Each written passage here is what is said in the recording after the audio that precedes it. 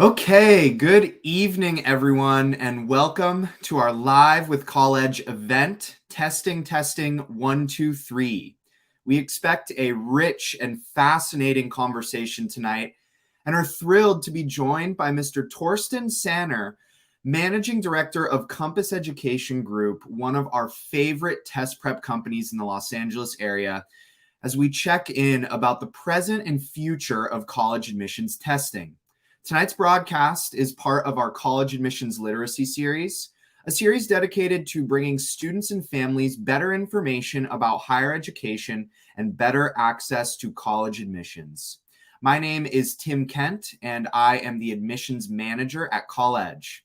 I'm excited to be facilitating tonight's conversation with Torsten, who is a seasoned testing expert. As we are in the middle of a busy fall application cycle for college admissions, we know many of you who are listening feel that the shifts in admissions and testing in particular due to the COVID pandemic is a source of confusion and stress. Test optional, test flexible, test free. There's a lot of terms and information, and we understand that it can feel challenging and overwhelming to sift through all of this on your own. So our goal here tonight is to shed some light on the testing landscape and unpack how COVID has had an impact on college admissions. We hope to provide some insight into how you and your family can successfully navigate this crucial and, yes, sometimes optional piece of the college process. First, a couple of little notes before we get started. This session is being recorded, and we will send the recording out to all of you. So we encourage you to be present while the discussion is going on and know that you will have the recording to revisit for future use. And if you didn't sign up through the Eventbrite, but would like the recording sent to you, we're going to put the link into the comments box now. So please take a second to fill out the form to make sure you get your copy. Also, please hit like if you are finding this useful so that we know how we're doing with our conversation tonight. Also, I want to encourage all of you to please feel free to pop questions into the comments box as we're going. We'll be monitoring the chat box throughout the evening, and I'm excited to get to as many questions as we can at the end of our conversation. So, without further ado, I'd like to formally introduce Mr. Torsten Sanner. Hey, everybody. Good evening, Torsten. Good to see you, Tim. Thanks for having me. Absolutely. It's certainly our pleasure. So, Torsten, before we get going tonight, I'd love to give you a chance to share a little bit about your background and also Compass's history and approach to testing and test prep with our audience. Sure. Yeah, happy to. And thank you for all the audience tuning in tonight to talk a little bit about what usually isn't people's favorite topic. It brings back some bad memories for our parents. So the purpose is to alleviate some of that stress that Tim was talking about that has only been compounded in the last 18 months with COVID and all that's going on. Compass is a one-to-one tutoring company. So we work with thousands of students every year throughout the United States and now internationally. I go back about 20 years, 25 years in test prep, first as a tutor right out of college. And I found out recently, Tim and I both went to CMC, though my days started with a 1 and a 9 and his started with a 2 and a 0. So a little bit separate time. We just missed each other. Right out of CMC, I started tutoring for a one-to-one test prep company, and then grew over time, found that I really enjoyed working with students and their parents. And in some ways, things are the same. We're still talking about reading passages with multiple choice questions and math in a multiple choice format under timed, stressful conditions. But in other ways, things have really dramatically changed. Some of that really for the good. It's just brought a lot more choices in front of students that you have to make along the way. And what I found I really enjoy, and part of the mission of Compass, is to get the information out there. So you're making informed decisions and planning ahead of time instead of feeling like everything's coming at you all at once. Yeah, I mean, we really love working with all of you at Compass, Torsten, and always appreciate that we share a lot of the similar values and ethos in terms of student and family-centered approach, really ethical work, one-to-one, close collaboration, partnership in this field. So we're excited to, spotlight you all as a great organization and to have you on tonight. So let's dive in. COVID is certainly going to be our main topic for the evening, but I'm sure there are many folks in our audience who could use an introduction or maybe a refresher on the basics of these two tests. Of course, my understanding is that while these tests do have some key distinctions, that ultimately both are valued equally among colleges, and that submitting either one over the other does not give you any advantage or disadvantage once your application is in the room. So in light of this, Torsten, could you share a little advice about how families can go about deciding which test might be best for them? Yeah, it's a good point, Tim, because I think so many of our California families are judging from their own experience. And then, of course, as parents, you want to pass along wisdom, save your son or daughter some trouble along the way where you can. But back in the day when I took the test, it was very rare for a student in Fresno, California to hear about, take the ACT. And now we flash forward, and these tests, as you said, are on equal ground. So they're equally well respected. They're interchangeable, if you want to look at it that way, like Samsung and Apple or Coke and Pepsi. You might have your own personal preferences and reasons behind choosing one or the other. But in terms of their core function, they're both college admissions exams that any institution in the United States will accept. And now you have the other way to go that I'm sure we'll talk about here is just forego these tests entirely. If you do decide that you're going to explore them and testing might be part of your future, the best way to ascertain which of the two tests is the right fit for you, not to listen to your neighbors or what your friend's nephew's cousin did or how they got into Stanford or Georgetown or Harvard, but really to ground it in your own experience. Timed practice tests, just like the real tests, are the real kind of core exercise that I recommend for each student.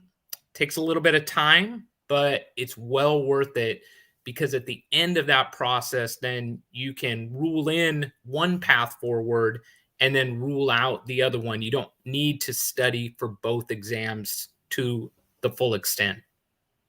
It's great to know. I mean, there's no experience is so valuable in taking that time to practice and familiarize yourself, but doing it early and doing it early on so that by the time you hit junior year and then fall of senior year, you really feel confident about the test that works best for you should you ultimately end up submitting with these flexible policies.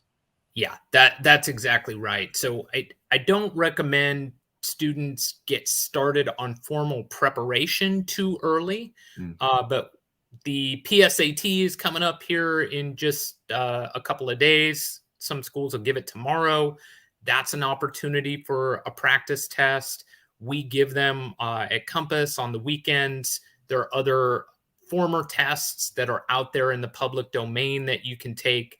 Whatever your personal preferences and what you have time for, I think sophomore year into the summer before junior year, it's a good time to start exploring this. And then the results of those tests, along with consultation with your counselor or director or your school counselor, all become the basis for your preparation leading up to the formal exam. Well, so you brought up the PSAT, and it's something that I know we're hearing a lot from sophomore and junior families. Torsten, you all as at Compass as well. wanting to know more about it. We have it coming down the pike, some schools giving it tomorrow.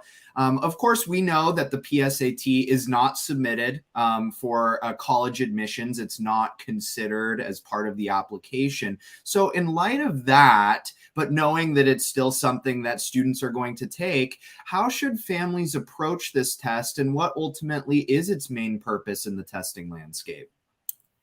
Yeah, I think to take kind of some of the stress out of the balloon, if you will, is just think of it as a big national practice test. That's really what its primary purpose is for 99.9% of students. So it's given on Wednesdays or Saturdays primarily. A lot of students will be taking it across the United States tomorrow, some on Saturday, and then through the course of that couple of days, about 1.5 million students will take the PSAT and get your results back in December. That's one of the little drawbacks about everybody testing at the same time. You don't get immediate feedback.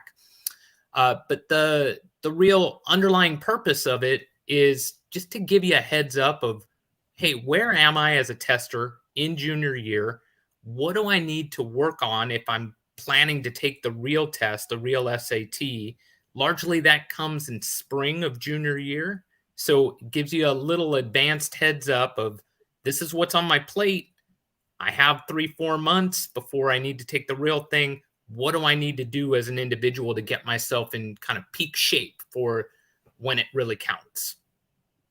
Well, sure. So it's this kind of giant practice test, and for the vast majority of students, it's going to be an opportunity, like you said, for a temperature check to see where you're at. Maybe begin to think about those strategies for prep come spring of junior year, fall of senior year, and what you may need or not need as far as resources, as far as preparation, as far as collaboration, maybe with a group like Compass. So I think that's a good thing for parents to note, is that obviously it's an important temperature check, but that it's not going to be part of the process in the formal way, the way that the SAT or ACT. But speaking of which, let's dive in now to COVID and testing, because that ultimately is the question. Will testing be part of the process for the vast majority of students? It really has been quite a wild year and a half due to the pandemic, and we've seen change across our society and certainly in the test landscape. Could you start, Torsten, with sort of how schools have reacted to the changes in testing availability, and how their policies, what sort of some of the notable policies that schools have adopted in response are? Yeah, it's been a wild ride, and just fortunate that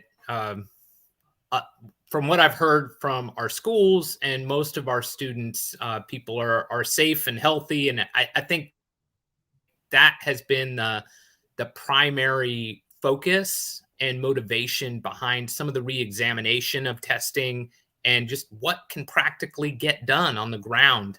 So if I look at where we are now, it's helpful to go back and think about 2019, which seems like a lifetime ago. Back in 2019, about 2/3 of schools required testing, just old school. You had to take it if you were going to apply to almost all institutions across the United States, including the UCs. Then just recently, in part because of the pandemic, but in part because of scrutiny of the test and questions about fairness and access and equity, the test optional movement has really taken hold. So you hear that term, you can see it in this slide here. You have these different categories of schools that we profile. There's about 416 of them that we track. These policies, this slide very well might be outdated as of yesterday. There are policies that are changing by the moment, but I think this is up to date here with just a handful of schools at each end of this spectrum, where you have the University of Florida system, University of Georgia system, that are still holding on to that requirement that if you want to apply there, you have to send in a score.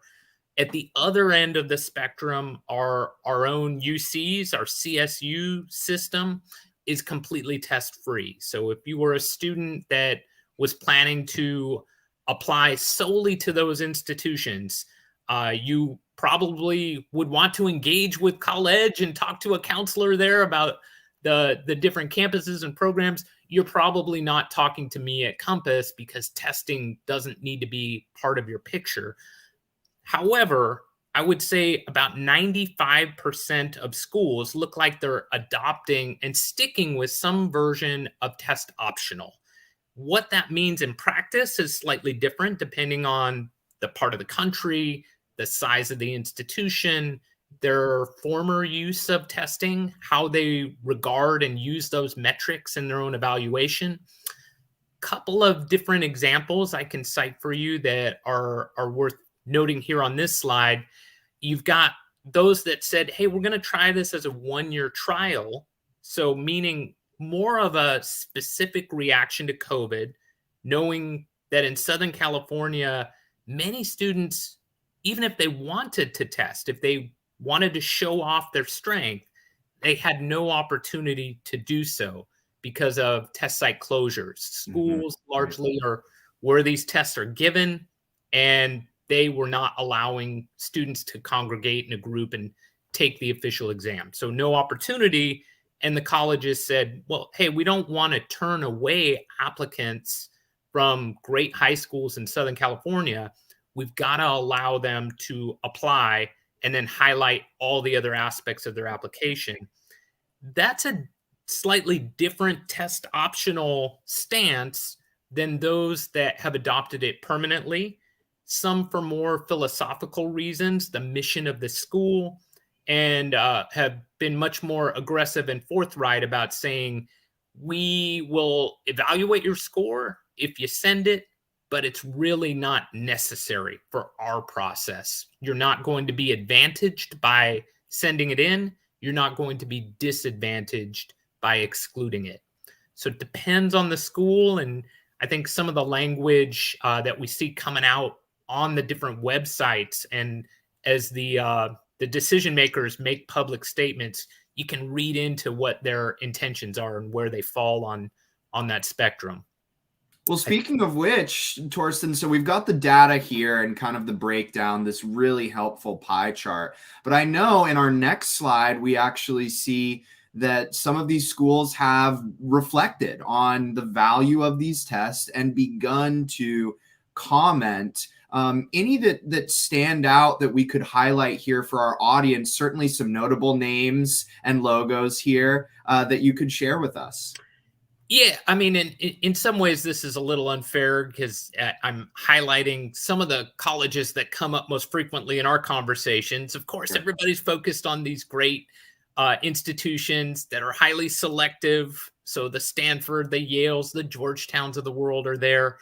The point here is hard to make out some of the quotes, but it's evolving, number one. And number two, you really want to look carefully at what they have to say. A lot of times this is on their website, and I've even had students get great feedback by calling up the institution or emailing and saying, hey, I'm really interested in your program at Duke.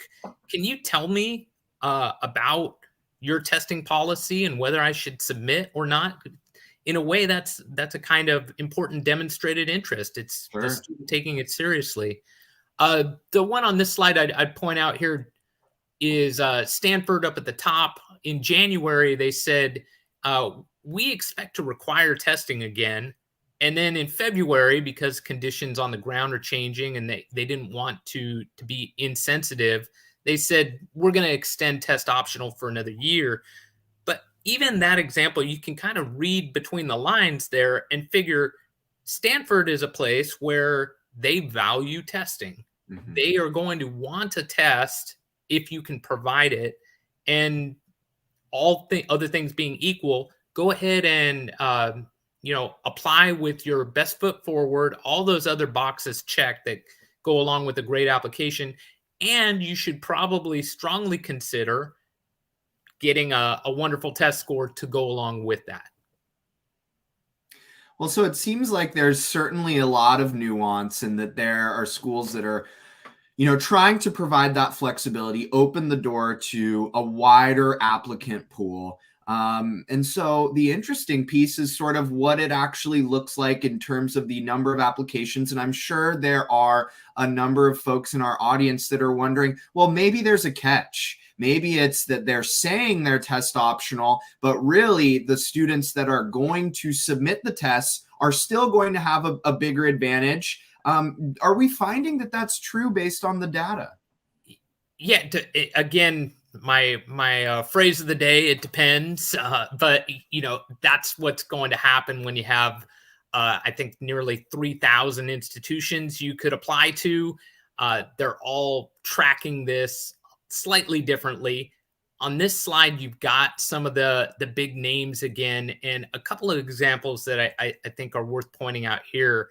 A school like Northeastern, great institution, and has really walked the walk. So they came out and said, hey, we believe these tests are of some value, but they are not the most important piece to our process. We want to honor the spirit of test optional and really use it and then follow through with it in our admissions process. And to their credit, they were able to do that with their early admissions data. They admitted about 53% of applicants with a score and 53% of students who chose to apply without a score. So that's true parity and true commitment to that policy. All the other schools on this list, and it by no means, again, is it comprehensive.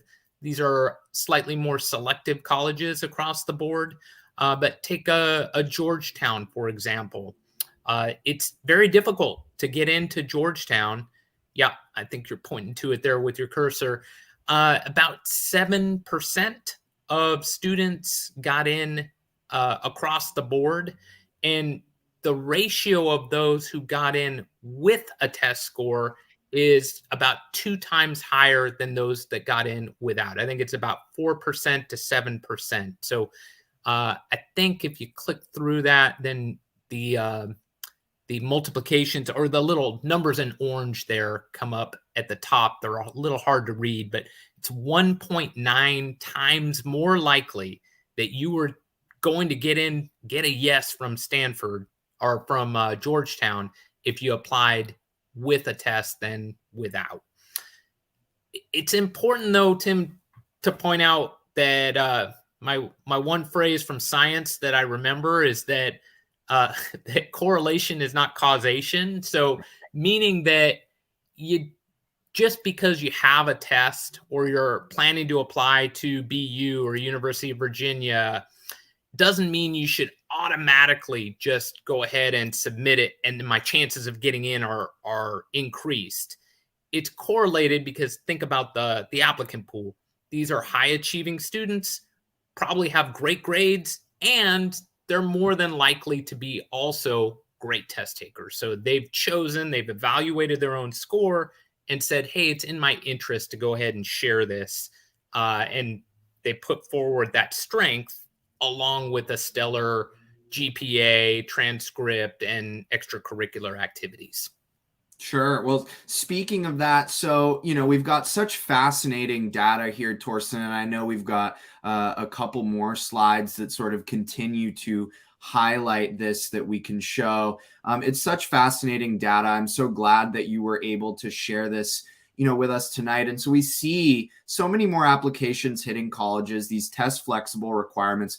We know that, as a result, schools are leaning even more into a philosophy of holistic review. We're hearing this a lot when we talk to schools. And what this means is that they are kind of, really trying to balance out all of the different aspects of a student's application to meet them where they're at, and so to speak, and that it goes beyond just the numbers, beyond just the testing, beyond just the GPA. What are they bringing to the table as a person, as a human So with that in mind, that we are switching and that there's so much variance to, how much a school is going to value these tests, even with an optional policy, a flexible policy, what information do you think families need to know about how to evaluate the scores and decide ultimately whether or not to submit those scores as part of their application or to withhold them?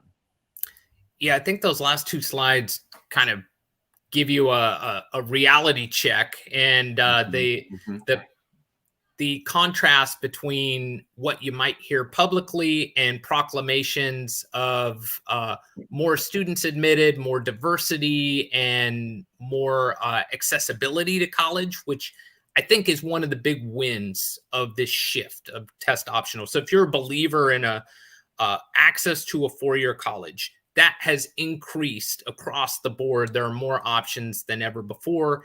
It's easier just to apply flat out than ever before because you don't have to take these tests if you're not a strong tester, Mhm. if you don't have access, if it's a burden to go out and chase down a test because one isn't available in your community. But the reality on the other side, and what some of the schools will kind of brag about in their meetings with their board of directors or their alumni associations, is there are not more spots. So there are more applicants than ever before, but the size of the admitted class at Colgate or Davidson or Notre Dame, as you can see here, hasn't exponentially increased. Right. So they're kind of secretly or not so secretly also proud that, hey, our admission standards haven't dipped by any means. It's just as hard, if not harder, to get in to some of these most selective colleges. So I think it's important to keep the wide view. We tend to focus on these very selective schools because obviously they've succeeded over time, just like great name brands that schools you trust, you hear about, and successful people that graduated from there. You want to go there yourself or send your son or daughter there. Um, but it's important that there's this wide array of choices to make, and it doesn't always have to involve a test. It's important to know which path do you think you're going to succeed best on, and then make some decisions from there. Sure. So it's all about nuance, right? That seems to be our go-to phrase. It depends, but Yeah, having this information, having resources, perhaps working, with, a test prep company, a group like us to help game plan can really kind of lighten the load and ease the burden. So now that we've walked through the data, we've thought about, these policies, we've seen how different schools are prioritizing and valuing these tests. I'd love to turn to some tips and insights for families who are ready to begin setting up that game plan, setting up that roadmap for test prep. Obviously, if we've learned one thing, that it is about nuance and complexity. But if you could simplify it a little bit, Torsten, and give our students and parents out there maybe three pieces of sage wisdom or advice about how to approach their prep and action plans, particularly given the way that COVID has shaken things up, what would those be?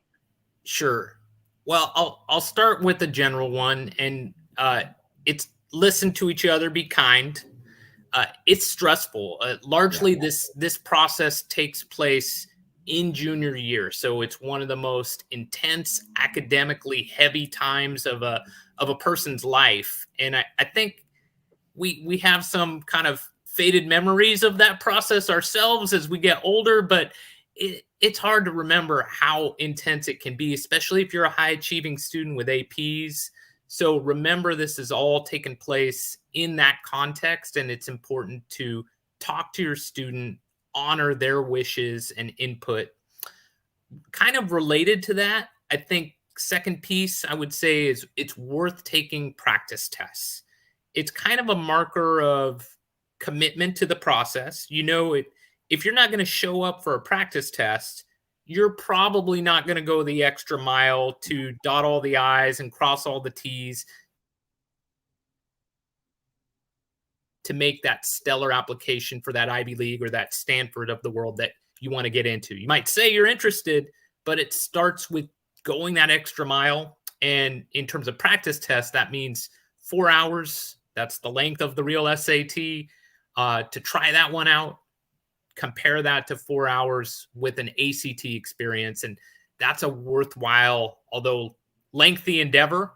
It gives you a lot of fuel that sets up the preparation for leading up to spring of junior year. The last piece I would say is that think about this as the long haul. So you've got from beginning junior year up until applications are due in fall of senior year, and you have multiple chances to get it right. So you can mess up, you can change your mind, you can decide you're not testing and then turn around and decide, hey, I'm going to give it a try. There's really no wrong way to do it. It's just you're missing out if you're not informing yourself, giving yourself the wisdom of what the path holds, and then making smart decisions along the way. So think about it in that like 18-month kind of time frame. That'll give you time to experiment, hopefully with a practice test and with some proper guidance, and then make some good decisions. So by the time you hit applications, you know, hey, I'm not guaranteed a yes from all those institutions, but I can say in good faith, I came at this in the right way. I gave my best effort. I worked with the people I wanted to work with. I don't have any regrets about the process. I didn't leave anything up to chance. It's a great way to punctuate it, Torsten. And I think, you know, we've learned a tremendous amount tonight, but certainly one thing that I'd love to underscore before we begin to transition into Q&A for our audience is just the importance of, you know, trying to set up a comprehensive plan and a multifaceted plan, because there's so much nuance now more than ever as a result of COVID. There's certainly a great wealth of resources on the web, databases, places to track down all of the key information that you need to effectively put together that action plan. But then, of course, you know, this is certainly our area of expertise as well. And we really enjoy combing through all of the research, working with families really closely, collaborating with our students, and putting together these game plans and executing on them. So whatever will work for you and your family, we hope you know that we here at Colledge, and certainly Torsten as well, and those folks at Compass, we're so excited and ready to help. You mentioned it earlier, Torsten, but really the beauty of this, even if there's parts of the data that can be a little scary, is that Test Optional is designed to open up college access. It is designed to open up multiple paths into the majority of colleges. So really it's about finding the best path for yourself or for your child. So we're going to get to questions in just a moment here. And I want to encourage all of you to stay on and listen to the Q&A, as often this can be one of the most valuable parts of our talks for our listeners. But before we jump in, I really want to take a moment to thank you so much, Torsten, for joining us this evening and for sharing all this tremendous insight and data with our audience. As a group that's trying to reach as many families as we can to provide information and better access to college, I know this conversation was invaluable to those that joined us this evening. And to our audience, thank you so much for taking the time to be part of our discussion. I certainly feel like I gained a lot of new wisdom from you, Torsten, and from our chat about the testing field. And so I hope all of you also feel that you're walking away informed and empowered. Torsten, thank you again so much. Hey, it's my pleasure. Thank you, Tim, and to everybody at Colledge. It's a classy organization, and always happy to collaborate with you guys. Okay. And so before we dive into questions, I just want to make sure that all of you are getting access to our wonderful free resources. So please make sure to follow us on social media. And if you felt that tonight was helpful, please consider sharing our content with those that you think would benefit. So now, without further ado, let's dive into some questions. We're going to try to get to as many as our time allows. If you have more questions or feel that you need more help, please reach out to us directly. We'll give you the link to contact us at Colledge in the comments box now. And then if you have questions or you're interested to learn more about Compass Education Group, we'll pop Torsten's contact info into the comments box as well. So those are coming in now. So in terms of one question that we've got here that I know is on a lot of people's minds, Torsten, is kind of what's been happening with the SAT subject tests. Those have now been sort of eliminated. They're no longer offered or considered. And so I think we're seeing now or expecting that a lot of the focus is going to shift towards the AP exams. Mm-hmm. How do colleges value those scores now in light of the elimination of the subject test? And how has that sort of impacted the test prep landscape to put more focus on preparation for those tests? Yeah, it's playing out right now. So about I think it's 6 months ago now, College Board came out with that kind of two-pronged announcement. And remember, College Board is a company. They're nonprofit, but they have their own interests in mind as well. And Sure. they eliminated subject tests in part because they just weren't popular and they weren't being used by colleges, the end user. So colleges said we no longer value these scores, and College Board said this product is not netting us any kind of prestige or impact or revenue. Let's look at the alternatives. APs in some ways are one of their biggest success stories. So along with that announcement of elimination of subject tests, they said, we want to expand access to APs. We want to encourage more students to take them, more schools to incorporate them into their curriculum. And that's just started. So at Compass, we've seen more prep turn from subject tests and that kind of narrower focus to APs, both in terms of support throughout the school year, and then a big push typically in that February through March kind of time, or sorry, through May when the exams are formally given. I think you'll see that expand, and College Board is good at what they do. I have some serious questions about the way they go about it and some of the choices that they make, and we try to hold them to account. But they are the 900-pound gorilla out there, and they tend to succeed at what they do. So I think you'll see more notice about APs at your school if they provide them there. Try not to get swept up in the frenzy or the pressure. That's not the purpose. But I do think they'll take on more meaning in the application process over the next couple of cycles.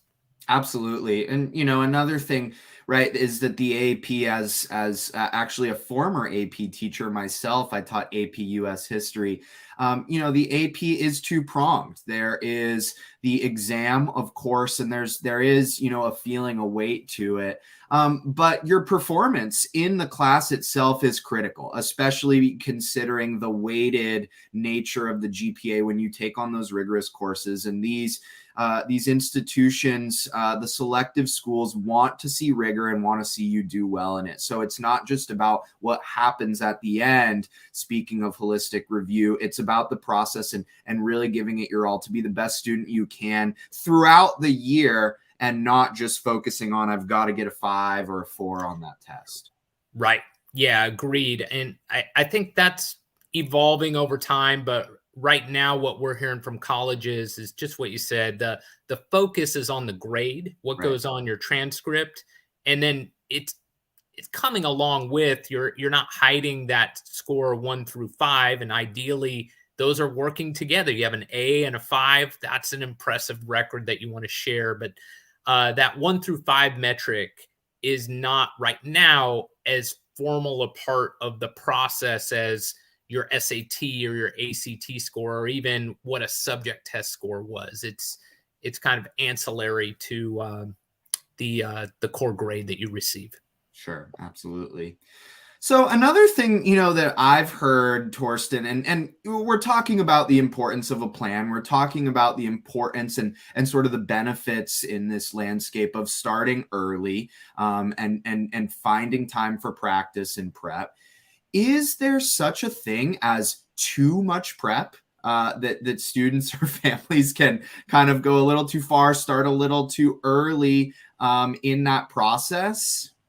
Yes, and I'm sure that's not a surprise, and probably the people that need to hear it most probably won't take this in. But if you're in ninth and 10th grade and doing formal, intense preparation, or forcing your son or daughter to do so, I can go on record and say you're going too early, too strong. Mhm. Uh, Primarily what we recommend is that most students are great if they're focused on a kind of weekly basis in the 3-4 months leading up to their official test date. Of course, there are exceptions, students that need a little bit longer to learn some of the core concepts, the more deliberate learners that need more space in between to do homework assignments and follow up. But that kind of window is sufficient for the vast majority of students. While I want to encourage anybody who's looking into this in ninth and 10th grade, you can take practice tests, you can read our material, read up on what the colleges are saying. Really, just in terms of what the test is, it's materials that you're learning in the classroom, ninth and 10th grade, and there's no substitute for that. So yeah, you want to allow your son or daughter to get through those experiences Monday through Friday. Hopefully they have a great teacher that's inspiring them and pushing them forward. That's really the foundation, and then you can take that into successful preparation as early as summer before your junior year. We start working with some students that are ready for it at that point. Um, but yeah, you can't go too far too fast. And um, if you're so inclined, we encourage you to call us, and we'll try to talk you down a little bit and get you to think about it in a smart and sustainable way. Sure. I mean, test prep burnout can be real, right? As can sort of a lot of parts of these processes, not just because it's a lot, right? 4 hours for a practice test, but it's also stressful. And we Yeah. know that. And certainly, I think a lot of parents and students in the audience know about burnout. So many students experience Zoom burnout, remote learning. And so that balance, the importance of balance. And it sounds like it's something that you all preach significantly at Compass. Yeah, we're focused on our conversations and planning and our time with our tutors. We do a lot of test preparation. However, I will say that the number one focus, the best thing that any student can do, if even if you're a bottom line kind of person and focused on, I want to maximize my chances of getting into a fantastic university, it's actually take that time and energy and focus it on grades. And if you can develop a stellar transcript and GPA, that's actually the most powerful tool across the board, and really the consensus. Even though we're talking about different testing policies, that's the one thing that almost all of these institutions agree upon is, hey, we're looking at GPA and course rigor first. Testing is coming behind those. It can be very important and valuable, but it's never going to be up there along with that GPA and course record. Absolutely. So we want to respect and value everybody's time this evening, and I think we're going to go ahead and wrap up now. So I just want to thank you all again so much for joining and for these excellent questions. And Torsten, thank you again. I really enjoyed our conversation and came away with tremendous knowledge.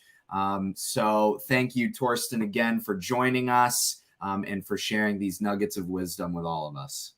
Thanks, Tim. Yeah, it's my pleasure. Anybody that's still with us here, you're more than welcome to follow up with us over at Compass as well, just as these questions come across your plate over the course of the next couple of years. Absolutely. So we're looking forward to seeing you all at our next event, which is coming up soon. Be sure to sign up for our Do You See What I See talk on Sunday, October 24th at 6 p.m. Pacific Standard Time.